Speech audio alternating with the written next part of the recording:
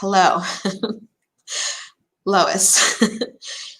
You are right. I am here.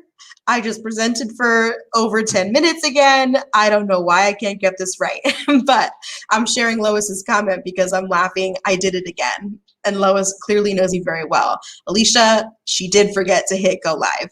I'm obviously here. I commented at 9:59. Hi, everyone. So I forgot to hit. I'm sharing my screen right now. You can see in the upper left, upper right hand corner where it says end broadcast. Right here it says go live. And once again, I did not click go live. And this is now my third time out of, I will be, to be fair, it's been like 50 different sessions, but this is the third time I forgot to hit go live. I'm here. I apologize. Now I'm going to go back and do everything I did over again. And I need to give a shout out because we've got a student here and his name is Colin, and I'm a big fan of Colin. He's coming to middle school next year, I believe, and he's been doing so many sessions. So thank you for being here, Colin. With that being said, I'm going to get started because, well, I'm going to get restarted and go back and show you everything I just did.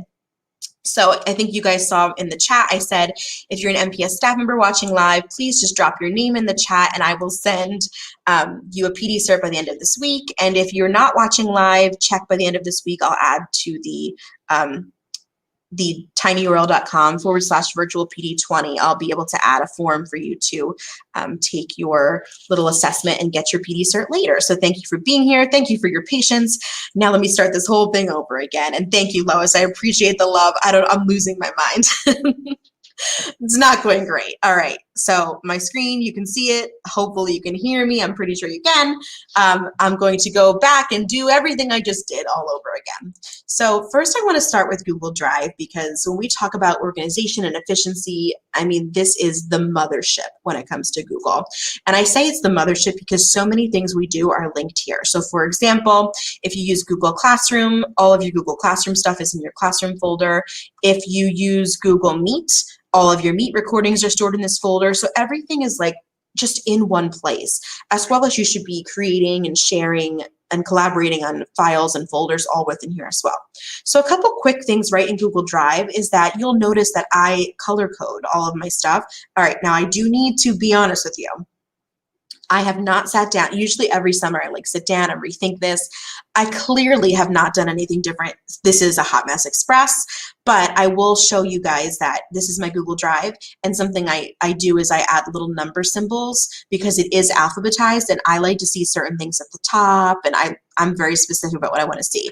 And then I do, like I said, I've got to fix this, but I do like to color code my stuff. So like here, this folder is red, and then in here, I'll have two other folders and they're both red. It's just purely for aesthetics on my part, but I feel like it helps me group things. And then I will point out here too, sometimes it's really healthy to just create a folder for old junk you're not going to look at. I think I actually have a folder called that. Let me find it. Okay, maybe I don't. I thought I did. I thought I had a folder that was called XX, stuff I don't want. And I'm sure I put an X on it because, all right, I don't know. I must have moved it somewhere. But I'll probably do it probably by next week. And I literally will call it XX because that will move it to the bottom of my list. And it will be called things I don't want, but I don't want to delete. And I truly just drop everything in there that I haven't edited this year or looked at this year. And then I just try to start fresh just to clean it up. Because it's very easy to get overwhelmed, especially digitally. There's so much happening, especially right now. For example, I would drop this folder in there because I don't really need to see certs from January 29th that were from Bobby. It's just not something that I'm going to really spend a lot of time on. So I like to color code my stuff, and I like to put folders and folders and folders. And I do like to do this, see how I put it by year. So I can still share everything in 2019 to 2020, but I've moved on at this point. Frankly, I think all of us would like to move on to 2021 at this point. And I also will show you guys, with this Classroom folder, I told you with Google Classroom, you have all of those folders automatically created. What I do every single year is I come and I just drop my old folders. I don't even know what this one is, but I drop my old classrooms I made this folder called Old Classrooms, and here are all the old Google Classrooms that I've either created or I've been a co-teacher on. And they're things like I don't necessarily want to delete because I don't know if I'm going to want to reference them later. Honestly, 99.99% of the time, I never look at them again, but I feel like it's just like the hoarder in me. I know they're still there. But I cleaned it up a little bit. So other things you can do in your Google Drive to kind of stay organized is to add like stars. So let's say that this is a folder I come to frequently. I could right click on it and I could add to starred, and it puts this little star next to it. If I go to starred right here, these are all the things that I've starred. So they might be like frequently used things. Yeah. So they might be like your frequently used stuff. Sometimes, like not sometimes, all the time, I like close things out. I forget what I'm working on, and then I quick jump back to recent to see the last things I've done. Like I just have to use this very frequently. But this is something that you might not be using that I would recommend you use. It's called priority. So if you click on priority, it automatically pulls the things that you've been opening the most frequently at the top, or it shows, like in this case, we had comments going, I guess, and these are things people might have opened. So I could go and revisit things I need to do. But I like this area right here. This is called workspaces. So like this workspace, for example, is called Summer Workshop Management. I should probably create instructions that say, click go live, and just make them the top of my Summer Workshop Management. But what's cool about this is like creating, well, essentially a digital workspace. So I'm going to click create, and I'm going to make a new one for digital content creators. And with this workspace, I could go through and I can choose up to 25 files and add things that I know I'm using in this workspace. So I could go through and I could search and add more. I'm going to keep it right there for now. But then, like, let's say, for example, these digital content creators are just for this summer. So when I'm done, I could simply remove the workspace and keep moving forward. So it's just a nice little way to organize your drive. Let me check. Okay, you guys are good in the chat. So I'm going to keep going. So I was just talking about this, well, before I clicked go live. So I'm going to talk about it again. Let me get rid of it. Okay, so I was explaining that something I love Google Calendar, and I didn't love it until recently because I realized how necessary it was, especially when we're using Google tools. They kind of all work together. So with Google Calendar, I like to, and I did this when I used Outlook primarily too, which was pretty much pre-remote time. I would color code. So I would say like, okay, orange, I'm going to the senior high, navy blue is memorial. But now since we're all remote, I color code things like this yellow means I'm presenting, purple means I'm just attending. And I can color code like that too. So I can quickly look at it and get it in a little snapshot of my day. I've seen people color code things like they do all of their morning stuff in green and their afternoon stuff in red. So that person I think was probably Santa Claus, but other things over on the left. So I have this one calendar called Digital Literacy and Learning at MPS. So this is just, it was really created just for the summer workshops, but every single class I have has a calendar on the left. With that being said, if you've been using Google Classroom a few years, that means you've got a ton of calendars. So you can go ahead and remove them if you want, or do whatever you need to do to those. Obviously, I'm not going to look at them. But here's an example, like here's a cohort that we're running right now for our summer workshops. If I click on that, I can see when assignments are due, and I can get more specific with that as well. Now, something that's really helpful with Calendar, I showed you how in Drive, like your Meet recordings are linked there and your chat templates and stuff like that. I know I've talked about this before, but it's worth mentioning several thousand times, and I want you all to spread the word, because if I click on a date and I want to create an event, something that's really cool is like you can quickly create a Google Meet in Calendar. So I could say, like, let's say that I'm going to do a morning meeting every Monday. I'm a 4th grade teacher. I'm going to do morning meeting every Monday with my kiddos. Now, you know, with grades 3 through 12, my recommendation, you don't have to take it, but I like the idea of just turning on your Google Classroom Meet link and being able to access it there. But I feel like this is a really cool option. I can definitely see this being beneficial, especially for like your colleagues, or you know, if you are a pre-K to 2 teacher that's using Google Meet, like it might be something you want to have scheduled with your small groups or something like that. So let's say that this is for my morning meeting, and we do this. I mean, I know Monday I like whole group, so I'm saying all of my students I'm going to meet them. I think is the 25th not even Monday? Yeah, okay, 24th. I'm going to meet them on Mondays from 10 to 10:15, and it's going to repeat weekly on Monday, and that's just what's going to happen. So now if I want to give it the option to make it virtual, I'm going to click this little box, this is Add Google Meet Video Conferencing, and it automatically generates a Google Meet for me. I can add whatever I want down here. Maybe I want to link it to specific things like protocols for our morning meetings or whatever I want to do. This is where I can also change the calendar I put it on. You don't have to get crazy with this. You could all just keep it on one calendar. So it could all just be like Colin's calendar, and you can just color code them, like I said. So here's my drop down for my different colors. They can always be changed later. And then right here, I'm going to explain why this matters in a second, but this is where you can say, like, do you want this to be public or private? And if it's public, that means people can see just the name. They won't be able to see this information. They'll just be able to see the name of what you're doing. And I'm going to explain that in just one second.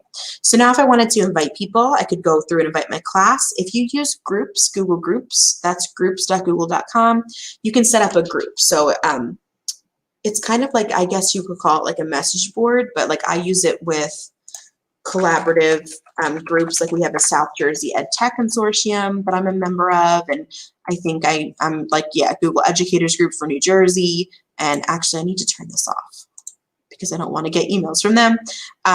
So you can create a group for your class or for your colleagues, or it doesn't even need to be something that's like official. It could just be, hey, there's like 3 teachers I work really well with that I need to talk to every day for my mental health.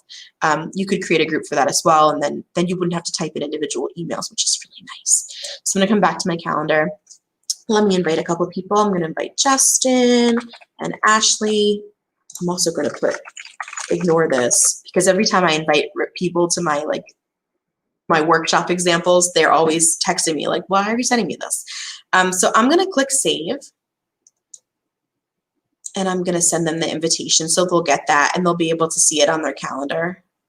So here's my morning meeting. If I go forward, you can see it comes every single Monday. I can also click on it and add individual people. It's up to me. But I do want to mention here, I'm going to click on this little pencil again and edit the event further.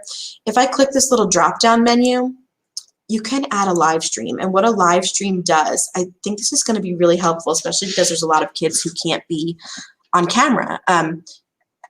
If you're participating in a Google Meet, you can obviously turn your camera off and your mic off, but we really can't control other people. It's not something it's just not possible.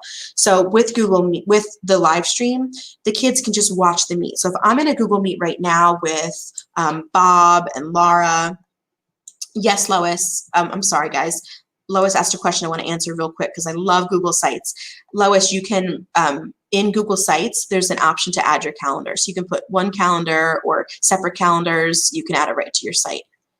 I wanted to answer that real fast. So let's say I'm in, what was I talking about? Sorry, I got really excited. I do love Google Sites. Oh, okay. Let's say that Bob and I are co-teachers and Colin is our student. And Colin says he does not want to be on camera, but he still wants to obviously watch the live class. So Bob and I could be in the Google Meet. We could be collaborating, talking, chatting, doing whatever. And then Colin would have this link. So I could just copy this link and email it to Colin. And then he could be watching it. And still, if I have a Jamboard or some kind of background Google form or anything of that nature, he can still participate in that. But he won't be part of anything with the microphones or the cameras or the chat. He's not actively in that. He's just watching. And what's really cool is it's the same platform as Google Meet. So like you don't have to do anything special. Like if you wanted to live stream, you just present on here as normal, and whoever's watching on this link will see exactly what you're presenting, but they're obviously not going to see everything else, which it might be a very nice tool, especially as we move forward, depending on what the heck is happening in September. So I'm going to remove that live stream and I'll just save it one more time. Oh, I did want to show you this. Not everybody is using Google right now, but I feel like I'm not telling you have to do anything. But in COVID times, we're using so many Google tools. It's so helpful when you're using this, like using everything all together. So if I click find a time, see how these are the 3 people that I invited to my session. So like, you know how when we're ready to have a meeting, we email everybody and we're like, hey, can anybody meet Thursday at 11? And then we reply 14,000 times, and we have to have a big email thread about what our meeting times are. Or sometimes I'll send a doodle and I'll be like, oh, pick your time, and it doesn't work for everybody. But let's say that I came here, I could easily see people's calendars. So I can see, okay, Alicia's busy from 10 to 12:30. Justin's busy at 1 o'clock to 1:30. I can see we have this little opening right here, so I'm going to add us at 2 o'clock. So like we can customize our meeting times based on what we see. And remember when I showed you if it's viewable publicly, people will not be able to see the link to your Google Meet or something, but they'll be able to see just the title of what you're doing. So keep that in mind. Like if I'm adding people, obviously I don't want random people to see my Google Meet information, but they'll see just the title if it's a public option. So that's something to keep in mind as well. So now I want to talk about two tools that I use so much and I love, and I think you'll love them too. And what I love so much about them is that I also have them on my phone. So all of this is just tied together. So over on the right, do you see these two icons, Google Keep and Google Tasks? If I'm working in Google Drive, I have them over here as well. Like they just go with me to everywhere I'm going. They travel to all my different Google apps. So I'm going to come to my Google Drive and I'm going to show you guys what I love so much about it. So over on the right, this is Google Keep. I'm going to click on Keep and it just pops out. See on the side, this little side window. So I'm going to open this up to a larger screen so you can see it, but it's really nice to be able to travel throughout the web. So like, let's say I found a really great article. I could add links here to reference later, but I'm going to open this up to talk about this more. So this little square with the arrow, I'm going to open that up and I want to talk about this. So it's kind of like, I am a huge Post-it note person. I feel like I should buy stock in Post-its because I would just keep paying myself. And that's what this gives me, like digital Post-its, but not in a Jamboard way. So what I love about it is like I kind of use this for projects. So right now, two things I'm working on are like digital learning ambassadors, what it looks like for the new school year. And we currently have these digital content creators. So I can make little checklists and I can add them down even further. I'm going to show you how this works. So up here, I can create a brand new list. So I can click on this little box with the check sign. And I can make a new list. So I'm going to call this Summer PD at MPS. And I'm going to list some items. So I'm going to say send outstanding PD certs by, what's today's date? By 8/20. So I can make specific things I need to do, or I can just do like a general option. And I can also add people. So if I click collaborator, let's say I have like one co-teacher on this specific thing, I can save it. So he will only see this option. He's not going to see all my other stuff. This is very personal. So he'll have this option. I can also click here for specific reminders. Like, do you need to remind me to do things? Yes, you do have to remind me. And I can add things like images or links. I can change the color. Clearly, I'm a color person. I can archive it if I'm done with it. If I go to more, I can delete the whole thing. If you're on your phone, you can add a drawing, or like an iPad, you can actually do handwritten notes, which again, I love as well. Copy it directly to Google Docs. They all work like interchangeably. And I can see that it's collaborative because I see the little person's icon right here. So I can pin this, like maybe this is the most important. I need to see it at the top, or I can get creative with that as well. So I'm obsessed with Google Keep. Just for being able to see my projects all in one place. But I've seen people use this for like to-do lists and that kind of thing as well, which, speaking of to-do lists, what I choose to use for my to-do list, which I love a good to-do list, I like to do Google Tasks. So the way that I kind of operate right now is I put what I have to do on the day of the week. So like, for example, yesterday, these are things like I didn't do all these things. So I did do this, I did not do this. So what I'll do is I click this little pencil and I move it to the next day. So I know that's not a good thing, but I do move it to the next day. You can also set like a time things have to be done. So I can say, you know what, this needs to be done by 1 o'clock today. Okay, it can be something you repeat. And these are things that you can also show on your calendar. So I set this for August 18th at 1 p.m. I'm going to come back to my calendar. Oh, I have to save it first. August 18th at 1 p.m. Let's check out my calendar. There it is. So by 1 p.m. I have to have this done, and this little icon with the pencil tells me that it's a task. So the way that I've been using it is just to push things that way. Like in the summer, obviously it looked a lot different. But I do want to mention, like, there's a few things that I like to do, and I'm going to talk about email for a second because email is like my worst enemy. I don't know if I mentioned this when I started talking without streaming, but one of the big things they say is the biggest killer of productivity in the workplace is email.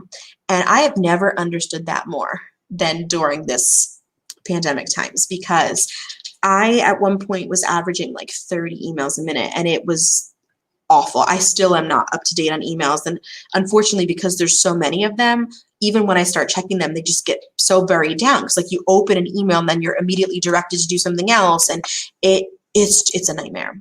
And I'm sure you experience the same thing, especially as an online teacher, because you're working, you're getting emails. And then if your supervisor emails you, you might have to address something right away, but then you might have 3 student emails, and really things get buried. So really scheduling time in your day to check your emails is actually proven to increase productivity. And I get that 100%. Another thing that they said increases productivity, and I haven't been able to do this yet because this has been so wild, but before pre-pandemic times, this is something I was doing every single morning. I'd block off like the first 15 minutes of my day to look at my calendar for the day and to schedule my day. So I would say from 8 to 9 a.m., I'm going to work on sending PD certificates. From 9 to 10 a.m., I'm going to work on prepping for tomorrow's 3 workshops. From 10 to 11, I'm going to do this. And like, honestly, things like phone calls and emails, they are incredible obstacles when we're trying to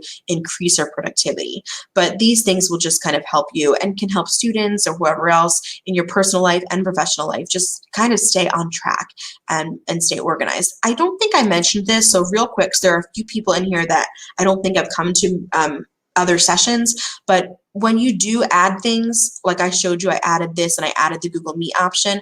What's so great about it is when people open their Google Calendar, if they click on this, they can automatically click on this box and join the Meet. There's not a bunch of extra stuff. And then this as well, because I know there are a few people I haven't seen. So like this was a Google meeting.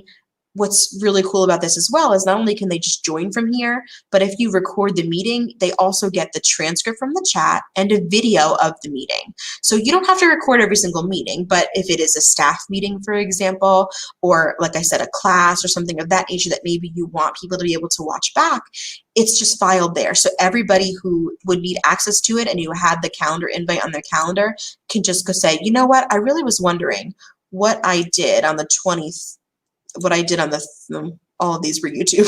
I was really wondering what I did on the, literally all, oh, here we go. On July 27th, that meeting, what did it look like? I could come here and open this up and check it out as well. So basically, all these Google tools and apps and features are kind of tied together and work interchangeably. They just go with you. I apologize for the delay in starting, but just I hope that I kind of covered a few things that you were hoping to receive in this session. I'm going to stay for a couple minutes. If you have any questions, I am looking at the comments right now. I don't see any questions, but please feel free to drop any questions. And I know there's a delay, so I'll give you an extra second. And while I'm waiting to see if you guys have any questions, I will say, if you go back to that tinyurl.com/virtualpd20, not only do we have like 50 sessions this summer, if you missed any of the live sessions, you can simply click on the title and watch them back or participate. These will be available indefinitely. But if you would like a certificate for them, you have to have it done by August 31st. And we're sent, I mean, all certs will be sent by September 4th. So as you know, right now it's kind of getting a little bit crazy because there's so much happening and we're being pulled in so many different directions, but you'll get everything by September 4th. And then never fear, if you maybe are waiting on something or maybe you might have missed one, we have it all logged. So you don't have to worry about anything missing. And even if you say to me, actually, at the end of the summer, can I get them all in one cert? That's something we might have to do as well, because some of you have attended so many. It's been so great to see your names. How did you add a number to your Google Files? Laura, I love that question. This is something I'm very proud of. And again, I apologize. This is messy right now, but I truly typically keep a very organized drive. Laura, this is so advanced, so I hope you are buckled down and ready for this. Here's how I add symbols to my Google Drive folders and documents. I open a new tab and I do a Google search for like cool symbols. And then I open like whatever I searched for, and I can just come here and I can say, you know what, I like this symbol. So that just copies it for me. See, it says this was copied. And then I come back and I can say, I really want to add a symbol to this check-in forms. I can right click on it and I can rename, and I can add my little symbol there. I just pasted it. I can do that with docs as well. And I added the symbols that I picked for these little numbers. I've obviously picked the number symbols. They might be on this website actually, because I typically search for cool symbols. I'm very tech savvy. Oh, here we go. So here are some numbers. So if you wanted to do kind of like I did and number your Drive folders to show them in a specific order, that's how you could do them as well.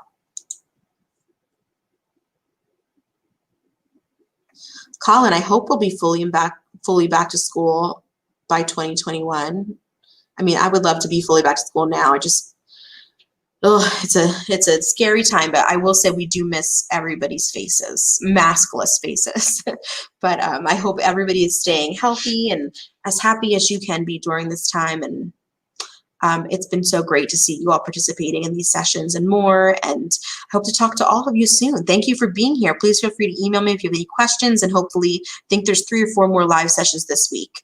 But I hope to see you guys there and anywhere else that learning can happen. But it's great to see you. Enjoy the rest of your day.